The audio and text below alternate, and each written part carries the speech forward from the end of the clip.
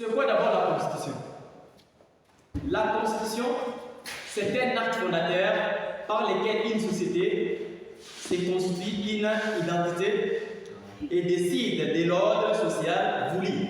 C'est dans la Constitution qu'on peut organiser la vie sociale, l'ordre dans notre État. Vous voyez, c'est pourquoi on parle de la Constitution. Parce qu'il faut qu'il y ait maintenant la paix, la solidarité, la liberté, il faut qu'il y ait maintenant la Constitution. C'est à travers cette Constitution qui va nous aider ça. Alors, une Constitution n'est pas une loi comme les autres, c'est la loi des lois.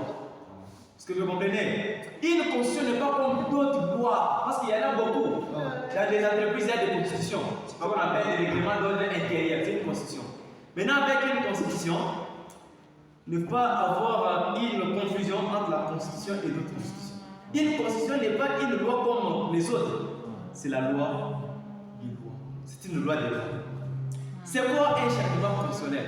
Parce que les gens disent, nous on veut changer, d'autres disent réviser, d'autres disent amendement. Mais je me pose la question, pourquoi les opposés ne connaissent pas les choses? Il y a des gens qui s'embrouillent juste, mais ils n'ont pas une idée sur quelque chose. Quand on n'a pas une idée, on s'éteint et on apprend. Oui, un changement constitutionnel est enregistré. Une nouvelle. Cela veut dire on veut rédiger, bien on veut rédiger une nouvelle constitution. On veut changer comme notre constitution que nous avions. On prend ça, on annule ça, on élabore une autre constitution. C'est ça changer. Ça veut dire on change tout. Rédiger une nouvelle. C'est rédiger juste une nouvelle constitution.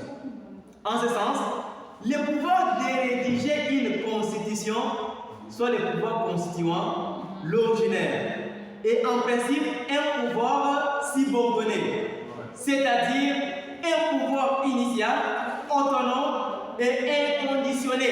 Je sais que Georges de Bordeaux, Georges Bordeaux dit ça. Il faut qu'il y ait une organisation congolaise.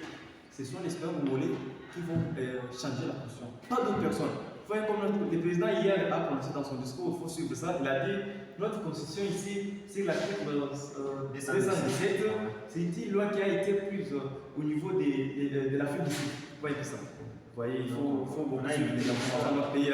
Parce que j'aime suivre les activités de notre pays. Même quand j'enseigne les enfants, les cours de civisme, l'actualité, je parle souvent de ce qui se passe dans notre pays. Au lieu de parler des États confondus, je parle de notre pays.